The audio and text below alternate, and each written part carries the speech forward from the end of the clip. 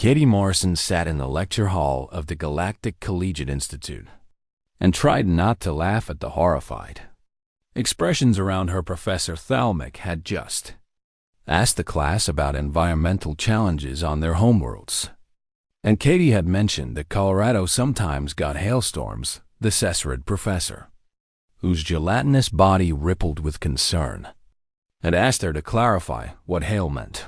"Oh, it's just ice falling from the sky," Katie explained with a casual shrug. "Sometimes the chunks are as big as baseballs and they fall fast enough to dent cars or break windows." The lecture hall erupted in shock chittering and whistling from 24 alien students. Katie's Illyrian friend, whose feathers were currently puffed up in alarm, leaned over and whispered, "Your planet throws ice rocks at you from the sky?" "Well, yeah, but only during certain storms," Katie said, still not understanding why everyone looked so disturbed. "You just go inside and wait it out." Vexner, a Crithian student whose insectoid features made expressions hard to read, stood up abruptly and said something in his clicking native language before stalking out of the classroom. Katie watched him go with confusion and wondered if she had said something wrong. This wasn't the first time her casual descriptions of Earth had caused reactions like this among her classmates. Last week she had mentioned getting the flu as a child, and the medical students had been horrified that Earth had airborne pathogens that could kill healthy juveniles. When she tried to explain that most kids survived the flu just fine, they had looked at her like she was describing a war zone. Ben Parker, one of the other two humans in the exchange program, caught up with Katie after class and grinned at her. "You traumatized another classroom," he said cheerfully, adjusting his bag full of engineering textbooks. "I heard Vexner practically ran out. I just talked about hail." Katie protested as they walked through the pristine corridors of the station. "It's not that big a deal. To them it is," Ben pointed out. "Remember, most of these species are from what we call paradise worlds, stable climates, no major predators, gentle weather." Katie nodded slowly and thought about the briefing they'd received when joining the exchange program. 8 months ago, humanity had only made contact with the galactic community 8 years earlier, and they were still considered newcomers and primitives by most established species. Earth was classified as a Class 9 death world, the highest danger rating in the galactic catalog. But Katie had always thought that was an exaggeration. Sure, Earth had some dangerous animals and occasional bad weather, but humans had been thriving there for thousands of years. "Hey, did you hear about the field expedition next month?" Ben asked, changing the subject. "Professor Thalmic is taking the whole survival biology class to Talgon for our final practical exam." Katie's eyes lit up with excitement because field work was her favorite part of the program. "That's the moon with the canyon systems, right?" she asked. "Yeah. Supposed to be moderate difficulty terrain," Ben confirmed. Then his expression turned more serious. "But Katie, be careful around Vexner and his friends." "What do you mean?" "I've seen them watching you during labs," Ben said quietly, "and they don't look friendly about it." Katie waved off his concern because she had noticed Vexner's attention but assumed it was just academic rivalry. She consistently scored at the top of their survival biology course, and Vexner had been second place until she arrived. "He's probably just competitive," Katie said. "I would be too if someone new showed up and messed up the class rankings." Ben looked like he wanted to argue, but decided against it, and instead asked if she wanted to grab lunch at the station's human-compatible mess hall. Meanwhile, in a small meeting room 3 levels below, Vexner stood before a holographic display showing Katie's academic records. 3 other students sat around the table, all species from gentle worlds, all falling behind in classes since the humans arrived. "She doesn't belong here," Vexner said in Galactic Common, his mandibles clicking with agitation. The Deathworlders are disrupting the natural order of academic achievement. A Florian student named Cass, whose flower-like petals were tinged with purple frustration, added, "My family has attended this institute for 6 generations and never ranked below 5th in any course. Now I'm 8th, muttered Gran, a Palaxian whose rocky skin seemed duller than usual with stress.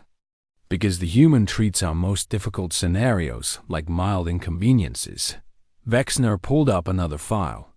This one showing an obscure galactic regulation from 70 years prior. There is precedent, he said slowly. Species deemed dangerous to the general galactic population can have their representatives removed from civilian programs if evidence of threat is documented. But Morrison hasn't threatened anyone. Cass protested weakly. Hasn't she?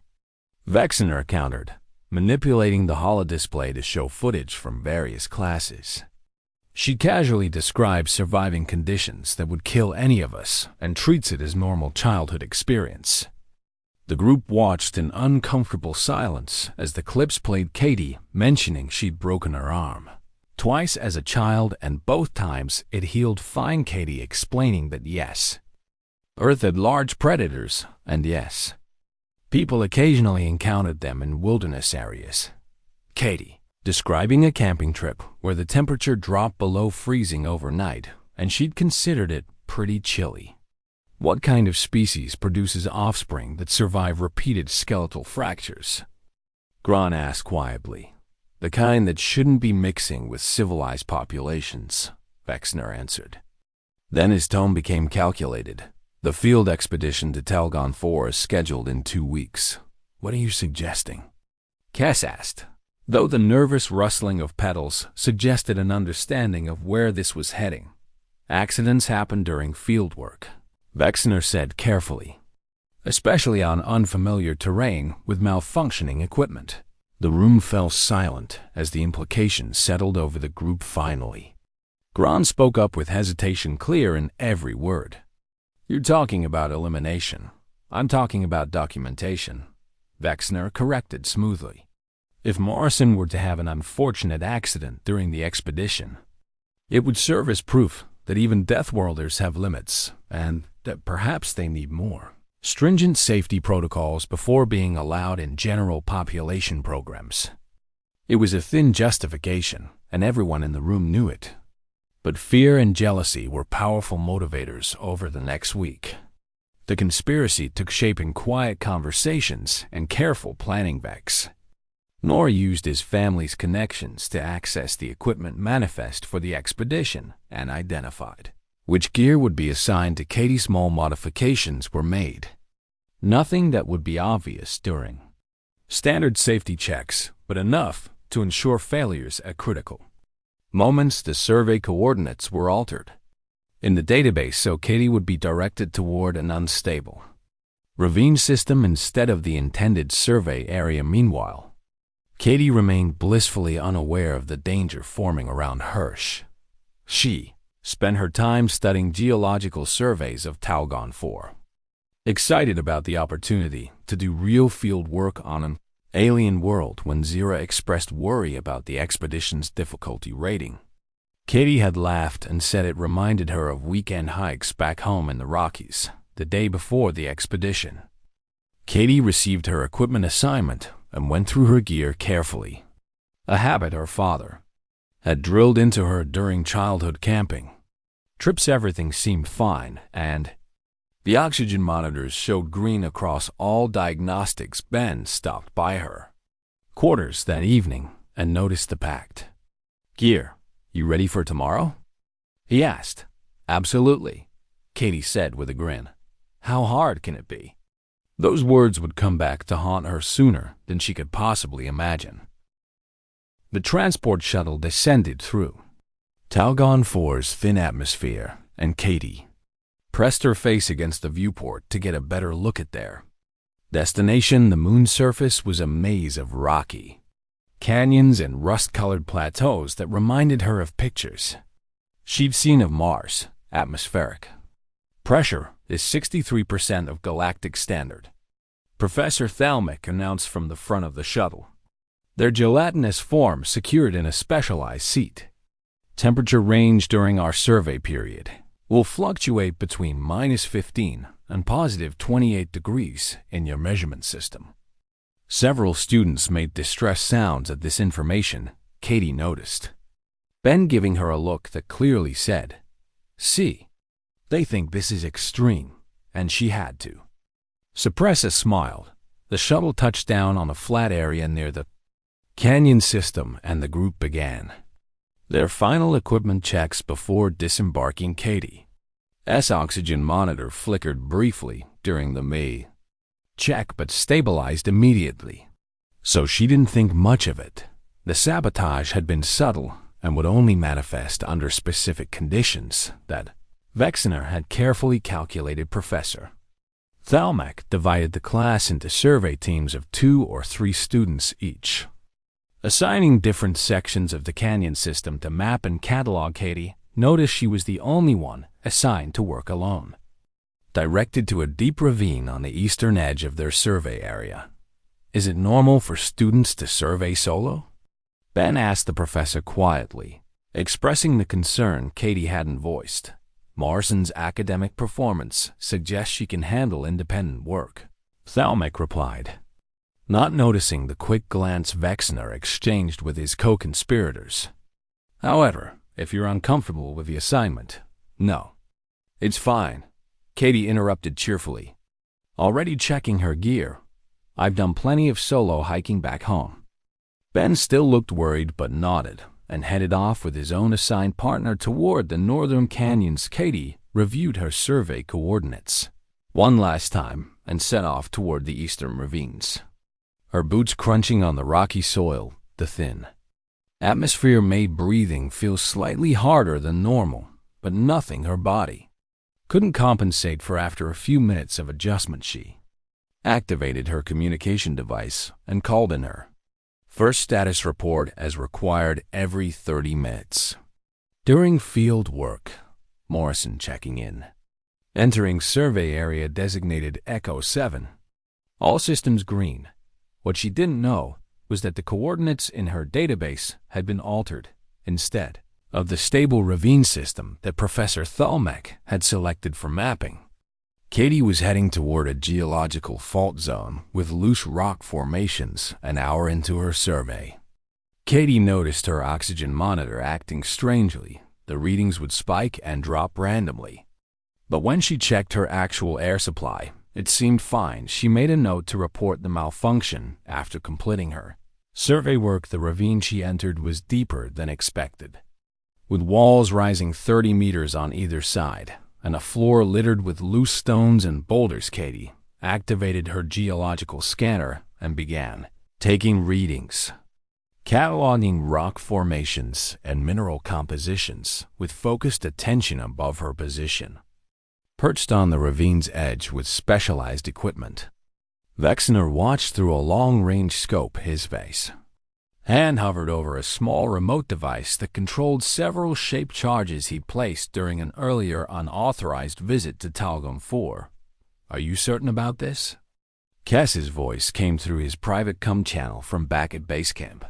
"The Death Worlder needs to learn she's not invincible," Vexner replied coldly.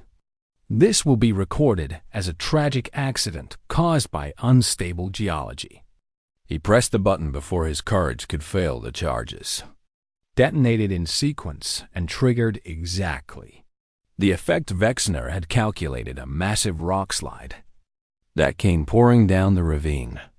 Whilst Katie heard the explosive cracks echoing through the canyon and looked up to see tons of rock cascading toward her position. Training from countless camping trips with her father kicked in immediately, and she ran toward the only shelter. She could see a small cave opening in the ravine wall. She almost made Ida boulder the size of a refrigerator, caught her left arm and slammed her against the cave entrance, the impact driving the air from her lungs and sending white-hot pain shooting through her body. More rocks piled up behind her and sealed the cave entrance, cutting off the light and trapping her in darkness. For several long moments, Katie just lay there, trying to breathe through the pain and assess her situation. Her left arm was definitely broken. She could feel the bone grating when she tried to move it. The ribs felt bruised, but probably not cracked. And she had cuts and scrapes across her face and hands. Where smaller rocks had struck her, the cave-in had destroyed her communication device. She could feel the crushed pieces still attached to her belt. Her oxygen monitor had been smashed completely, and sparks from its broken circuits briefly illuminated the darkness before dying out. Katie took slow, controlled breaths and focused on staying calm the way her mother had taught her during medical emergency training. Panicking would use up oxygen faster and cloud her judgment, neither of which would help her survive. She carefully felt around in the darkness, mapping her immediate surroundings by touch. Cave extended back beyond where she lay, and she could feel a slight air current moving through it, which meant there might be another opening somewhere. Her survival pack was still attached to her belt, though partially crushed by the rocks. Using her good right hand, Katie managed to extract a small emergency light and activated it. Pale glow revealed she was in a natural cave system that stretched back into the rock face, with rough walls covered in some kind of mineral deposit that sparkled faintly in the light on the surface. Chaos had erupted at the base camp. Vex now arrived back just minutes after triggering the rock slide, his expression carefully arranged into shock and concern. "Professor Thalmec," he called out urgently. "I was doing elevated observations of the Western Canyon when I saw a massive rock slide in the eastern sector." The professor's form rippled with alarm, and they immediately tried to contact Katie through the communication network. Static was the only response. Where exactly was the slide? Thalmec demanded, pulling up a map of the survey areas. Venner pointed to Katie's assigned location and watched as the professor's coloring shifted to a pale, distressed hue. "Morrison was surveying that ravine," Thalmec said. "Already mobilizing emergency protocols. All students return to base camp immediately. We have a crisis situation." Ben came running back from his survey area, his face pale with worry. "What happened? Where's Katie?" "There's been an accident," Professor Thalmec explained, their voice strained. "A rock slide in the eastern ravines." Ben's expression shifted from worry to horror and then to suspicion as he noticed Vexnor standing nearby with 3 other students, all of whom had returned to camp remarkably quickly. "How convenient that you saw it happen," Ben said slowly. His eyes locked on the Crithian. "I was performing elevated observations." Vexner repeated his prepared excuse. "Right?" Ben said flatly, not believing a word but unable to prove anything yet. The rescue protocols began immediately, but with frustrating slouched out in Four's thin atmosphere, and rough terrain meant they couldn't just fly a shuttle over and scan for life signs. The ravines blocked most sensor readings. A ground team would need to be assembled, and the unstable rock would make any rescue attempt dangerous. Professor Thalmec consulted with the shuttle pilot and station authorities, and the consensus was grim. In those conditions, with that much rock displacement, survival probability is less than 3%, the pilot reported. Even for a healthy individual, the impact trauma alone would likely be fatal. "She's human," Ben insisted desperately. "You don't understand. They're tougher than what?" The pilot interrupted gently. "The reports say humans have similar physiological fragility to most carbon-based species." Ben wanted to argue, but he'd only known Katie for 8 months and didn't actually know how much punishment a human body could endure. Galactic protocols for field accidents were clear and designed around species. From gentle worlds, after 24 hours with no contact from a trapped individual, the likelihood of survival dropped to effectively 0. They would conduct a recovery operation rather than a rescue, searching for remains to return to Katie's family back on Earth in the sealed cave. Katie had no idea about the timeline working against Hurst. Managed to fashion a crude splint for her broken arm using pieces of her crushed equipment and torn strips from her uniform. The pain was intense but manageable. Though she knew infection was a serious risk without proper medical treatment, her emergency supplies included water purification tablets, a basic first aid kit, and high-energy ration bars designed to be compatible with human metabolism. Katie rationed everything carefully, knowing she might be trapped for days before rescue arrived. What she didn't know was that no one was coming to rescue her above ground. A memorial service was already being planned. 3 days had passed since the rock slide, and Katie Morrison was still very much alive. She sat in the deeper section of the cave system, carefully examining a small creature she'd caught using a trap made from her broken equipment. The thing looked like a cross between a salamander and a shrimp, with bioluminescent patches along its body that provided most of the light in the light. Katie had been watching these creatures for 2 days, studying their behavior and food sources before deciding whether they were safe to eat. Growing up in Colorado with a wilderness survival instructor for a father had taught her that patience kept you alive while desperation got you killed. Her broken arm throbbed constantly despite the makeshift splint, but she'd managed to keep the swelling down using cold water from an underground stream she discovered on day 2.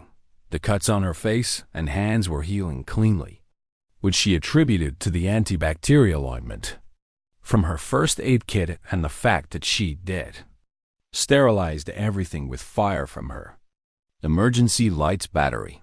That trick had nearly depleted her light source, but Katie had discovered that bioluminescent creatures could be kept alive in a small container and used as a sustainable light bin.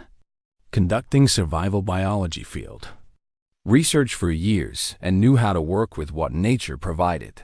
The cave creature in her hand seemed docile enough, and she'd observed it eating the same algae-like growth that covered the cave walls, which suggested a herbivore digestive system. Katie had already tested the algae itself by rubbing a small amount on her skin to check for reactions, then touching it to her lips, then eating a tiny portion and waiting 12 hours. No adverse effects so far, which meant the local ecosystem was at least partially compatible with human biology now.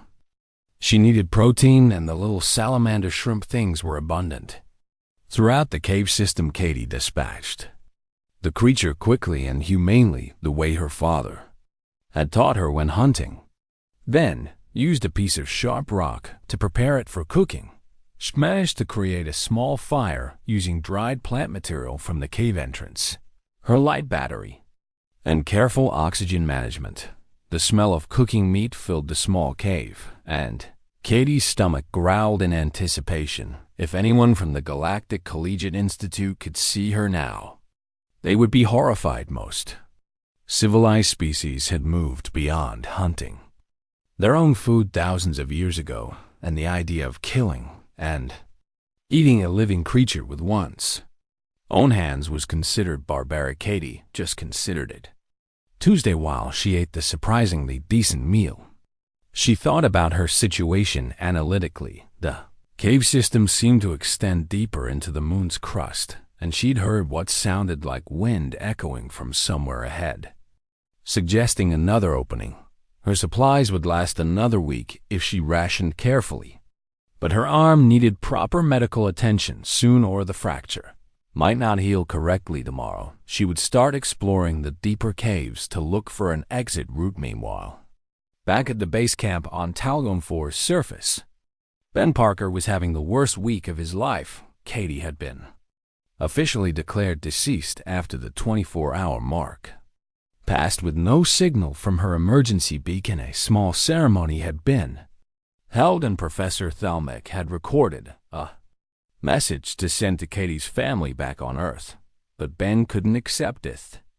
Spent 3 days reviewing every piece of data he could access about the accident, and the more he looked, the more things didn't add up. The equipment manifest showed Katie's oxygen monitor had passed inspection, but the tech logs indicated someone had accessed the equipment bay during a time when no official maintenance was scheduled. The survey coordinates in the database had been modified 17 hours before the expedition launch, replacing the original stable ravine assignment with the location where the rock slide occurred, and most damning of all, Ben had pulled the geological survey data for that exact location and found evidence of previous explosive charges being placed. Charges that weren't part of any official survey work. He brought his findings to Zira, who had been devastated by Katie's presumed death. Alorian's feathers were still dull with grief, but her eyes sharpened as she reviewed Ben's evidence. This wasn't an accident, Zira said quietly, her beak clicking with distress. Someone deliberately triggered that rock slide. Vexana, Ben said flatly. He had motive, opportunity, and he just happened to be in position to witness the slide. But to actually murder someone over academic rankings? Zira's feathers ruffled with disbelief. That's insane, is it? Ben countered, pulling up footage from the past semester. Look at this. Every time Katie mentioned something about Earth, Vexaner reacted badly. They watched clips of Vexaner leaving lectures, his agitated body language during labs, and several conversations with other students where he gestured toward Katie with obvious hostility. We need to take this to Professor Thalmic, Zira decided. But when they approached the professor with their evidence, they found Vexaner already there with Kess and Gron, all three looking nervous. I need to report an irregularity, Vexaner was saying to Thalmic, his mandibles twitching. I believe I may have witnessed. You witnessed yourself committing murder, Ben interrupted loudly, striding into the professor's office with Zira close behind. We have evidence that you sabotaged Katie's equipment and triggered the rock slide. Vexaner spun around, and his compound eyes reflected genuine fear for a moment before hardening with defiance. That's a serious accusation, he said coldly. Do you have proof? Ben slammed his datapad onto Thalmic's desk and pulled up the equipment access logs, the coordinate modifications, and the geological survey showing unauthorized explosive residue. Enough proof to get station security involved, Ben said. And they'll find more once they start digging, Professor. Thalmic's form darkened to an angry purple as they reviewed the evidence, their gelatinous body roiling with fury. Explain this, the professor demanded, turning to Vexnor before Vexnor could answer. Kesh suddenly spoke up with her petals trembling. It was my idea, she said miserably.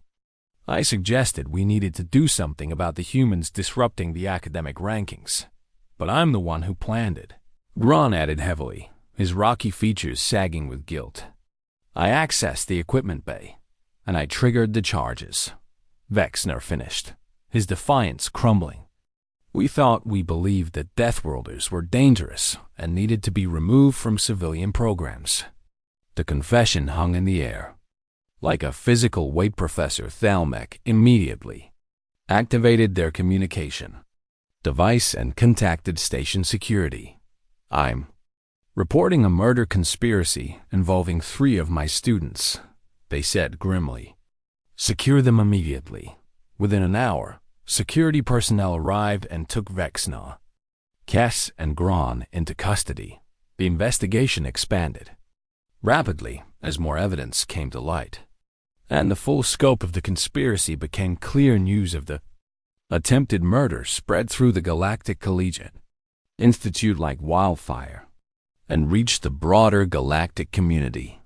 Within hours, a human student had been deliberately targeted and killed by classmates who viewed her species as a threat. The political implications were enormous. Humanity had only been part of the galactic community for 8 years and was still trying to establish itself as a civilized, trustworthy species. This incident could set back human-alien relations by decades.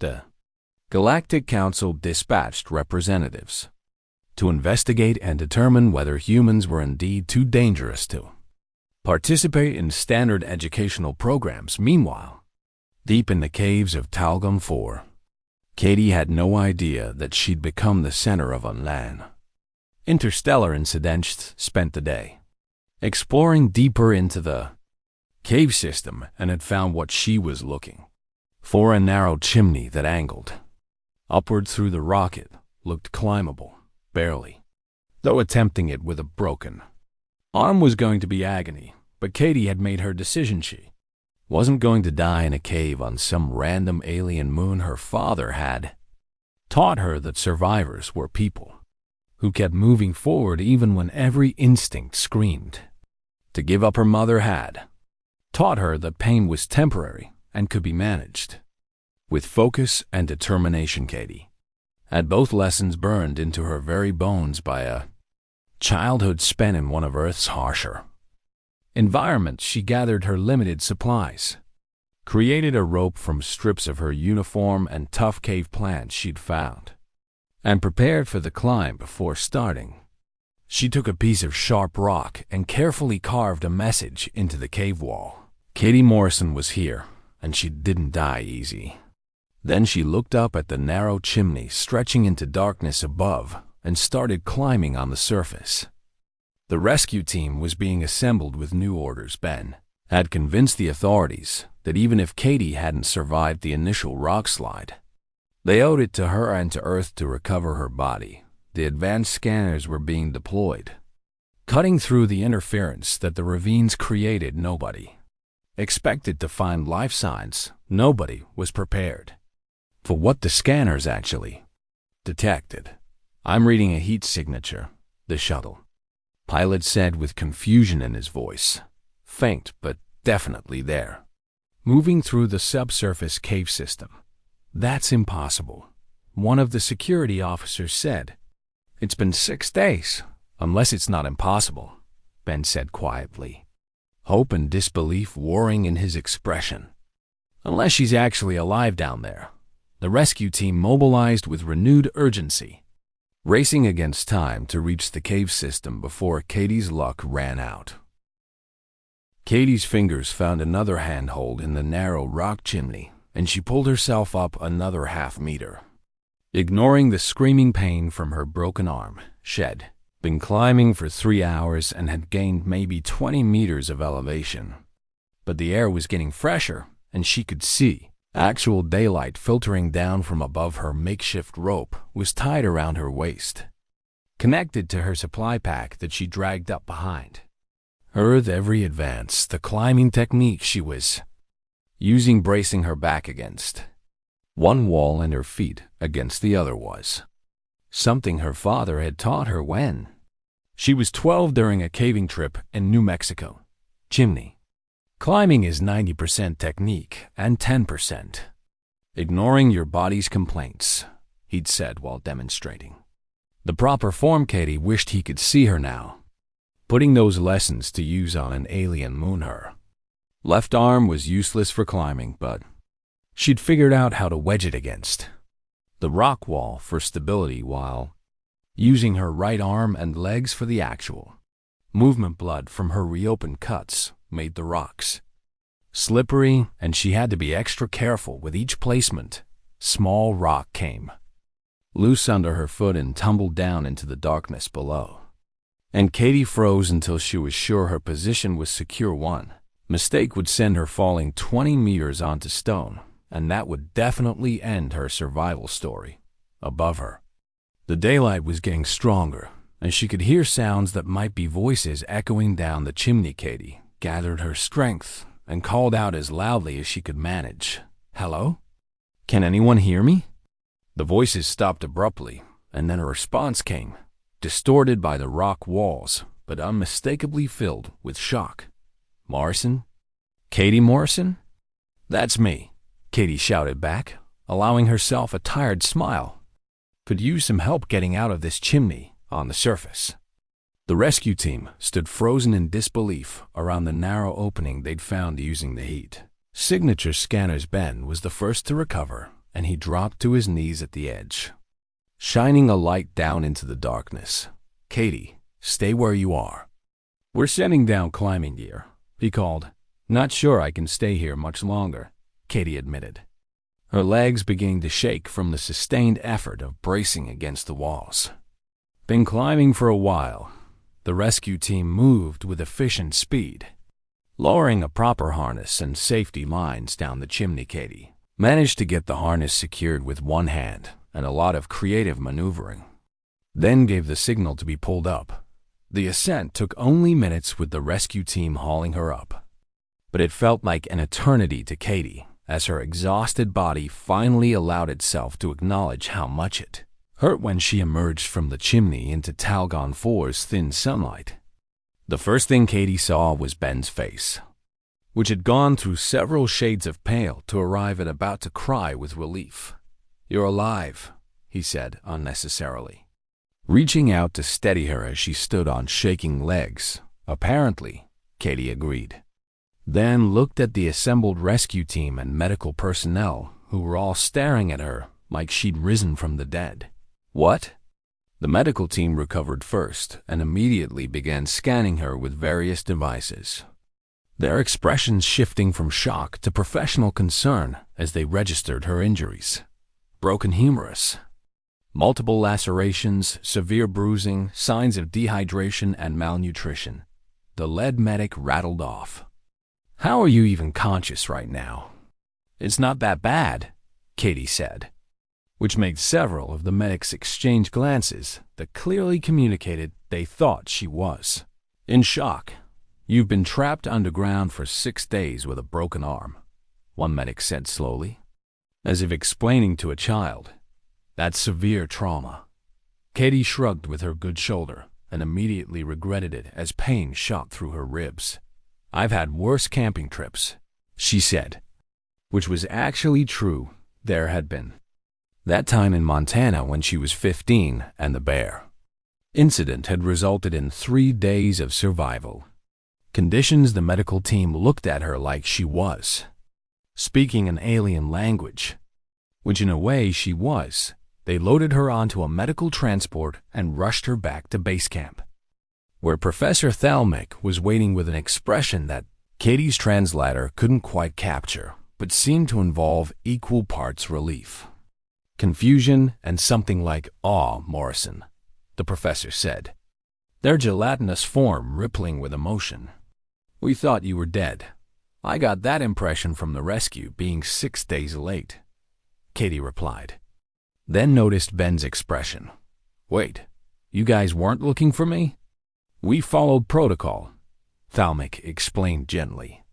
"No species in the galactic database can survive those conditions for more than 24 hours. And you had no working communication device, so you just assumed I was dead?" "Statistically, you should have been," the professor said, then seemed to catch themselves. "I mean, we're extraordinarily grateful that you survived. But this raises significant questions about human physiology." Those questions only multiplied when Katie arrived at the medical facility, and the doctors got a full picture of what she'd endured. The fact that she'd set her own broken arm without anesthesia shocked them. The revelation that she'd been hunting and eating local cave fauna horrified them. Learning that she'd climbed 20 meters up a narrow chimney with said broken arm left them speechless. Most species would be catatonic from pain and trauma, one doctor finally said. "You're telling jokes and asking about your survey data. Is the data corrupted?" Katie asked with genuine concern. "I got some really interesting readings on the cave ecosystem before the rock slide." The medical staff just stared at Herbin, who had refused to leave Katie's side since the rescue, finally explained what had happened while she was trapped. The sabotage, the conspiracy, the arrests of Vexner and his accomplices, the galactic investigation into whether humans were too dangerous for civilian programs. Katie listened to all of this with a growing expression of disbelief. "They tried to kill me because I was getting better grades?" she asked incredulously. "They were afraid of you," Ben said quietly. "Afraid of what humans represent. That's the stupidest thing I've ever heard," Katie said flatly. wincing as a medic applied something cold to her cuts. "I never threatened anyone. You didn't have to," Professor Thalmek said, having followed them to the medical facility. "Your very existence as a human from a Class 9 Death world challenges the assumptions most galactic species have about survival and strength." Katie thought about this while the medical team continued their work, eventually putting her arm in a proper cast and treating her various injuries. The more she learned about galactic civilization, the more she realized how sheltered most species were. They came from worlds where the environment didn't actively try to kill them, where childhood meant safety and comfort, where broken bones were rare medical emergencies rather than inconvenient setbacks. Earth had forged humans in a crucible of predators, diseases, extreme weather, and 1,000 other dangers. Every human alive was a descendant of survivors who had outlasted everything their planet threw at them. Katie had never thought of herself as particularly tough or special. She was just a biology student who liked camping and field work, but to species from gentle worlds, she must seem like something from a nightmare, a creature that could survive being buried alive, broken and bleeding, in total darkness for 6 days, and emerge cracking jokes about the experience. "What's going to happen to Vexner and the others?" Katie asked after a long silence. "They're facing murder conspiracy charges," Thalmek said. "The Galactic Council is treating this as a serious diplomatic incident. They didn't actually murder me, though," Katie pointed out. "Through no fault of their own," Ben said with an edge to his voice. "They tried, Katie. They genuinely tried to kill you." The weight of that settled over the room, and Katie felt something cold form in her stomach. 3 students had been so afraid of her that they'd planned her death, sabotaged her equipment, and triggered a rock slide to bury her alive, not because she'd threatened them or done anything wrong, but simply because she existed and made them feel inadequate. "I want to talk to them," Katie said suddenly. "That's not advisable," Professor Thalmek began. But Katie cut them off. "I survived their murder attempt," she said firmly. "I think I've earned the right to look them in the eye and ask them why." The professor hesitated, then nodded slowly. "I'll arrange it," they said. "But Katie, be careful what you say. This is still an active investigation." 2 days later, after Katie had been cleared by medical staff and gotten some real rest, she stood in a conference room facing Vexnor. Kess and Grant, 3 conspirators, were in custody, but had been allowed this meeting at Katie's requests. Security personnel stood at the edges of the room, and everything was being recorded. Vexner looked at Katie with an expression she couldn't quite read: shame, fear, and something that might have been confusion, all mixed together.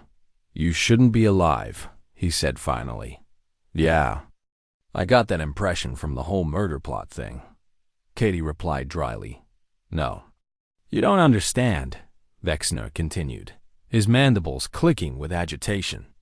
"The conditions you survived, the injuries, the isolation, the lack of resources, any of us would have died within hours." "Well, I'm not any of you," Katie said simply. "Exactly," Grant spoke up, his rocky features heavy with misery. "That's what terrified us." Katie looked at the 3 of them and felt something shift in her understanding. They hadn't hated her personality, been afraid of what she represented. Katie looked at the 3 students who had tried to kill her and felt something unexpected, not anger, but a strange kind of pity. "Here's what I don't think you understand," she said slowly, choosing her words with care. "Earth made us tough because it had to, not because we wanted to be warriors or conquerors." Vexner's compound eyes reflected the conference room lights as he listened.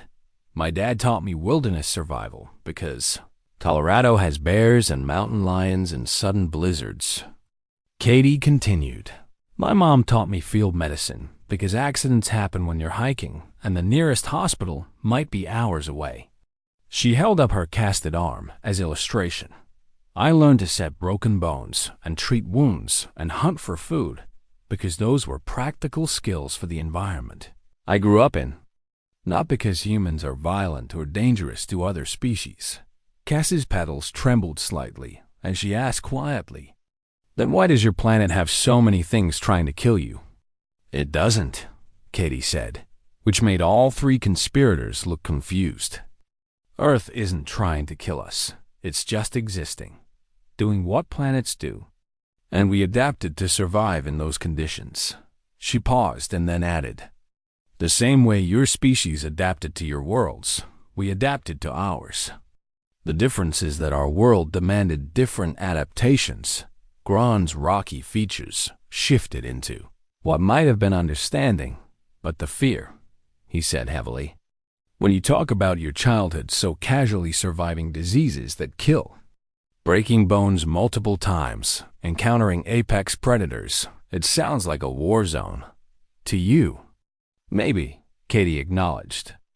"But to me, it's just home.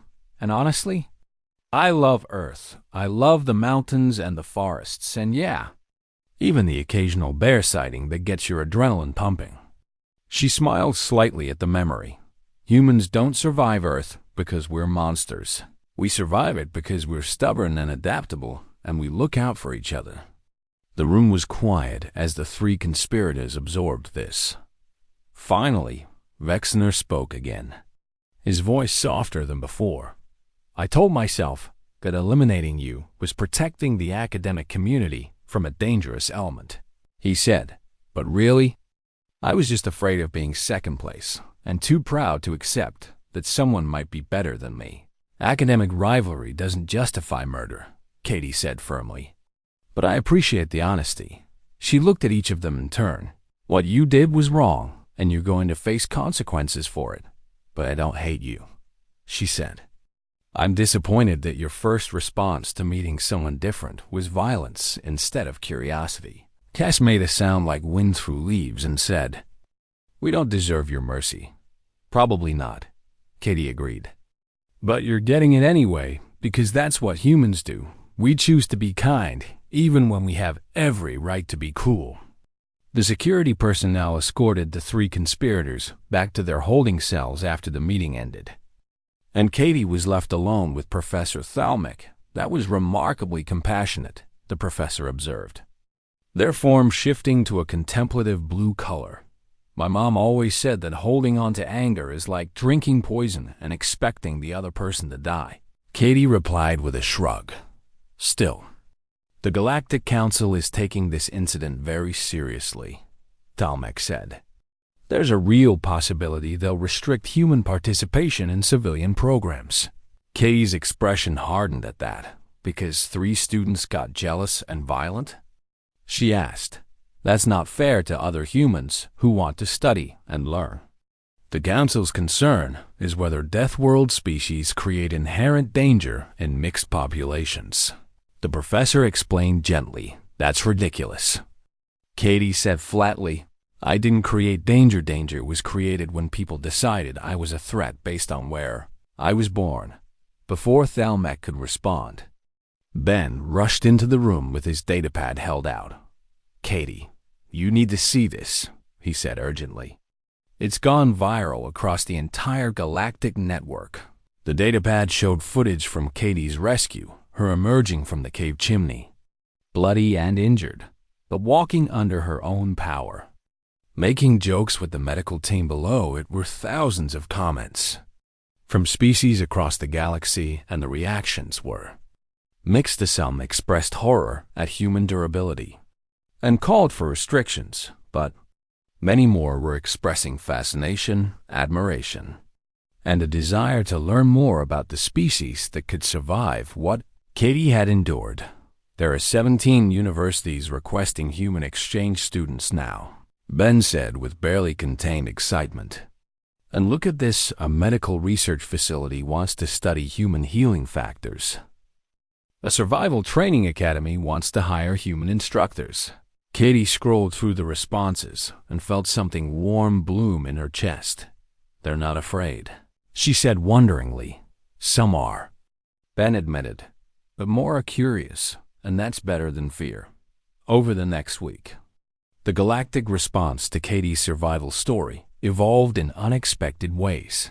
The Galactic Council convened a special session to discuss human integration, and Katie was invited to testify. She stood before representatives from hundreds of species and told her story honestly. The rock slide, the survival, the climb, and her conversation with the conspirators. When she finished, a Sessured counselor asked, "Do you believe your species poses a danger to galactic civilization?" Katie thought about the question carefully before answering. "I think humans have the capacity for danger, the same way every species does," she said. "But we also have the capacity for compassion, cooperation, and choosing mercy over revenge." She gestured to her casted arm. "I could have demanded the harshest punishment for the students who tried to kill me, but instead I chose to try to understand why they did it, because understanding prevents future violence better than revenge does." Another counselor, this one from a species Katie didn't recognize, spoke up. "Your world forged you in harsh conditions," they said. "How do we know humans won't use that strength to dominate gentler species?" "Because harsh conditions also taught us the value of cooperation," Katie replied. "Humans survived Earth not just because we're tough individually, but because we learned to work together, to help the injured, to share resources, to protect those who can't protect themselves." She paused and then added, "Every human alive is descended from people who chose to save others instead of just saving themselves. And that matters more than how hard we can punch or how much pain we can endure."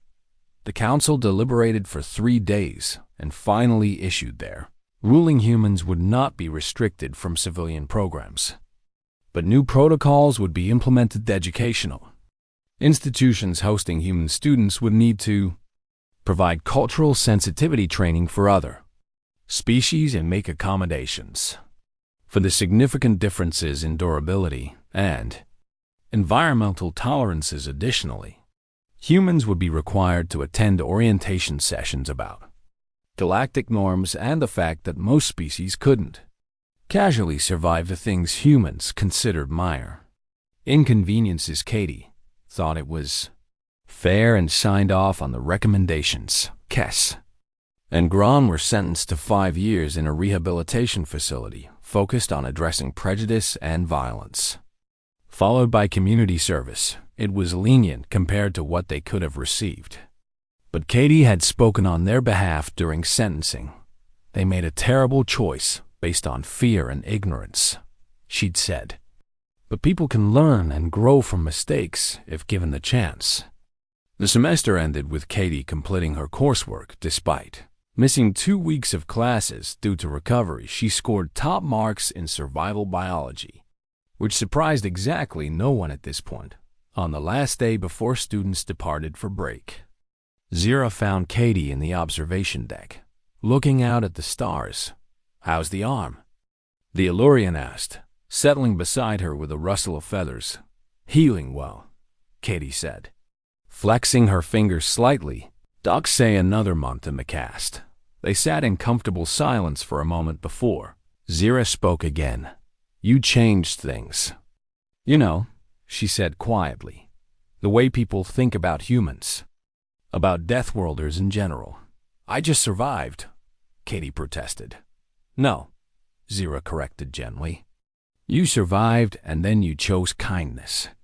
And that's what people will remember."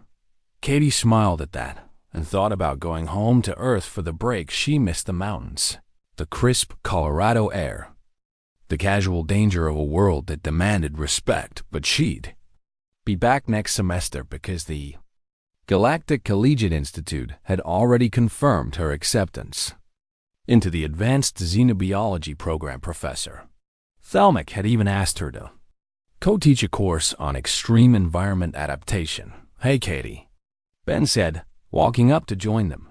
"Did you hear? 3 more humans got accepted into the exchange program for next year." "That's great," Katie said. "Meaning it," They're calling you the Death World Ambassador on the student forums. Then added with a grin. Katie groaned. Please tell me that's not going to stick. Oh, it's absolutely going to stick, Zira said, her beak clicking with amusement. 6 months later, Katie stood at the front of a classroom filled with alien students, all of whom looked nervous and excited in equal measure. Welcome to Extreme Environment Survival Techniques, she said, smiling at the sea of diverse faces. I'm Katie Morrison, and yes, I'm from Earth. A few students shifted uncomfortably at that. Before we start, let me make one thing clear, Katie continued. This course isn't about proving humans are tougher than everyone else or making you feel inadequate. She pulled up a holographic display showing various hostile environments. It's about understanding that survival isn't about being the strongest,